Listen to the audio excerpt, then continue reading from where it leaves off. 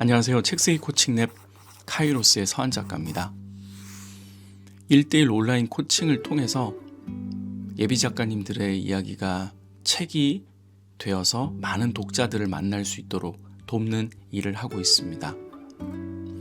오늘은요, 좋은 컨텐츠를 만들기 위한 4번째 단계 중 3번째 단계에 해당되는 이야기를 해보도록 하겠습니다. 혹시 앞에 첫 번째 단계와 두 번째 단계를 놓치셨다면 그 영상부터 보시고 지금 영상을 보시는 게 좀 더 유익하실 거라고 생각이 듭니다. 자, 세 번째 단계는요, 콘텐츠의 양과 질이 깊어지는 숙성의 단계라고 보시면 됩니다. 자, 다시 말해서 우리가 첫 번째 단계가 뭐라고 했죠? 맞아요. 어떻게 괜찮은 주제를 정할 것인가. 그렇죠? 주제 정하는 게 너무너무 중요하다고 제가 제차 3차 강조를 드립니다. 자, 주제를 정했어요? 그럼 두 번째 단계가 뭐라고 했죠? 맞아요. 관련된 재료들을 수집하는 사냥꾼의 단계라고 했습니다. 나의 생각과 나의 경험으로만 글을 쓰는 것이 아니라 관련된 전문가의 이야기, 논문, 신문기사, 저널, 유튜브, 경쟁 도서, 그리고 해당 분야의 전문가들의 이야기들까지, 강연까지 쭉 자료 수집을 하고 난 이후에, 이러한 것들을 정리하고 난 이후에 이제 세 번째 단계, 작가님의 글을 쓰기 시작하는 겁니다. 충분히 공부가 되었다고 생각이 드는 거죠. 근데 주의할 점이 있습니다.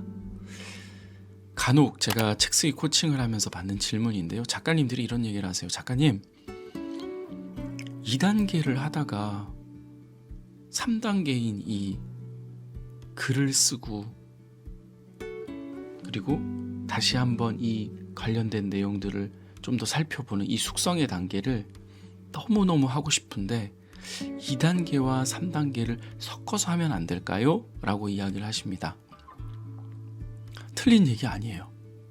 우리가 경쟁 도서를 읽고 관련된 책들을 읽다 보면요, 자연스럽게 쓰고 싶다라는 생각이 드실 수 있어요.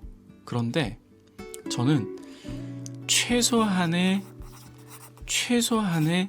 자료 수집 기간은 가져가셨으면 좋겠어요. 왜 그러냐면요, 첫 번째 자료, 두 번째 자료 읽다가 쓴 글과 5권, 6권 정도의 책을 읽고 난 후에 쓴 글은 확실히 다르다라는 거죠. 그러면 이런 얘기를 또 하십니다. 9권, 10권 읽고 난 뒤에 쓰는 것도 괜찮지 않나요? 맞아요. 그래서 최소한의 이 책 10권 정도는 읽고 난 이후에 천천히 써나가시면 좋겠다라는 이야기를 해드립니다. 우리가 해당 분야의 저자가 된다라는 건 사회적으로 준 전문가 이상이 된다라는 얘기거든요. 기존에 나와 있는 책들을 섭렵하지 못한 단계에서 나의 이야기로만 책을 쓴다라는 건 사실은 조금 부끄러운 일일 수도 있는 겁니다. 따라서 내가 최소한 10권은 읽고 난 이후부터는 천천히 한번 써나가 보겠다라는 것을 목표로 하시면 좋을 것 같고요. 저 역시 그렇게 추천을 드립니다. 그러면 그 단계 10권을 읽고 난 이후부터의 단계라고 이제 전제 조건을 달면, 기사를 읽거나 또는 자료 조사를 하다가 나의 생각들과 정리가 되어서 연결이 되어서 쓰고 싶은 글들이 이제 조금씩 생기는 것이죠. 그렇죠? 그러면 천천히 써 나가시는데 이 쓴 글들을요, 과연 독자들은 어떻게 반응할 것인가? 우리가 내가 쓴 글을 다른 사람에게 보여줄 기회가 그리 많지 않거든요. 하지만 그걸 보여줘야지만이 과연 내가 제대로 글을 쓰고 있고 제대로 된 방향으로 가고 있는지가 눈에 보이는 것입니다.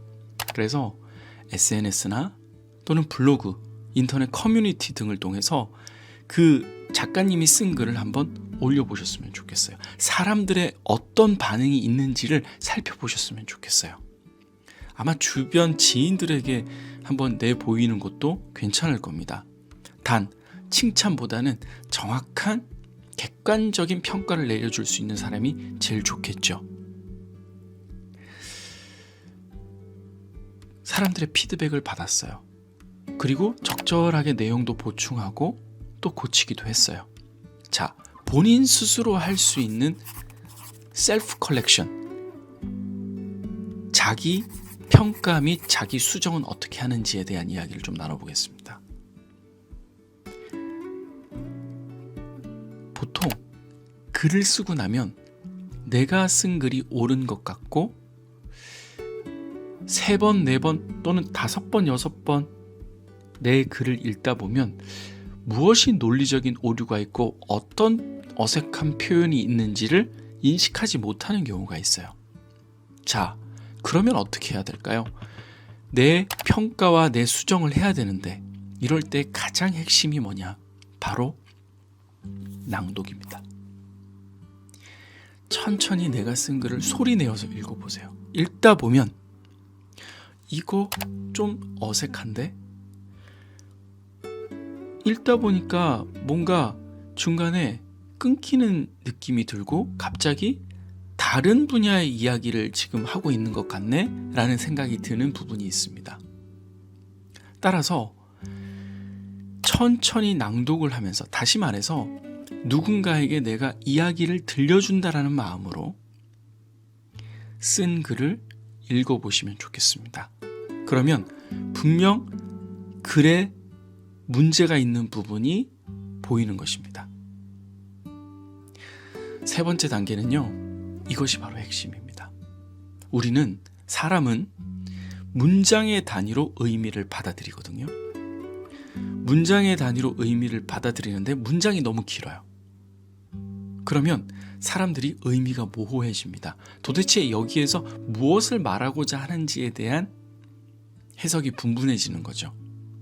따라서 문장이 간결해지고 또 하나의 문단에서 하나의 목소리를 낼 수 있게끔, 그리고 사람들이 알 수 있는 쉬운 문장, 너무 설교 중심의 글이 되고 있진 않은가?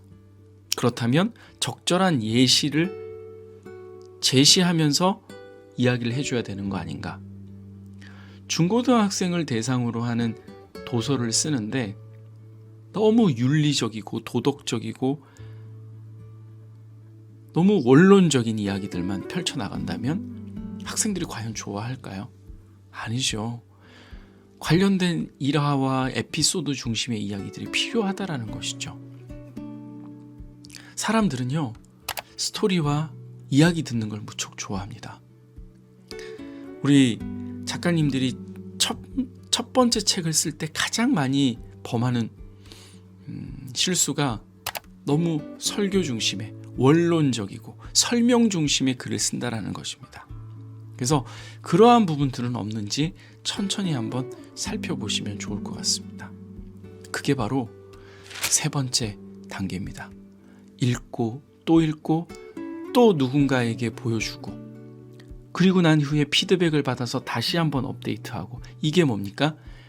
양과 질이 깊어지는 숙성의 단계라는 겁니다.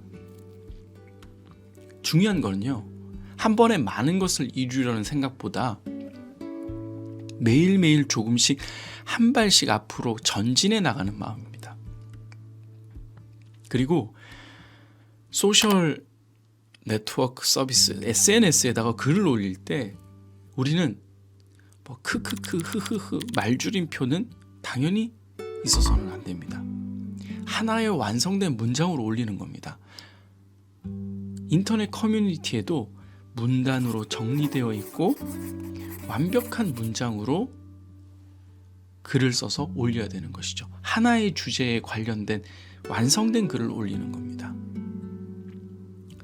머리를 스치는 통찰력과 오랜 시간 기억하고 싶은 훈훈한 이야기들을요, 관련된 주제에 담아서 정리해 보십시오. 천천히 이 작업을 통해서 작가님의 컨텐츠가 차곡차곡 쌓여 나가는 것입니다. 그리고 그 질이 계속해서 업데이트돼 나가는 것입니다. 그게 한 꼭지, 두 꼭지, 세 꼭지 쌓이면서 무르익어 가고 그리고 책에 대한 양으로 채워져 가고 있다라는 겁니다. 감사합니다. 작가 서한이었습니다.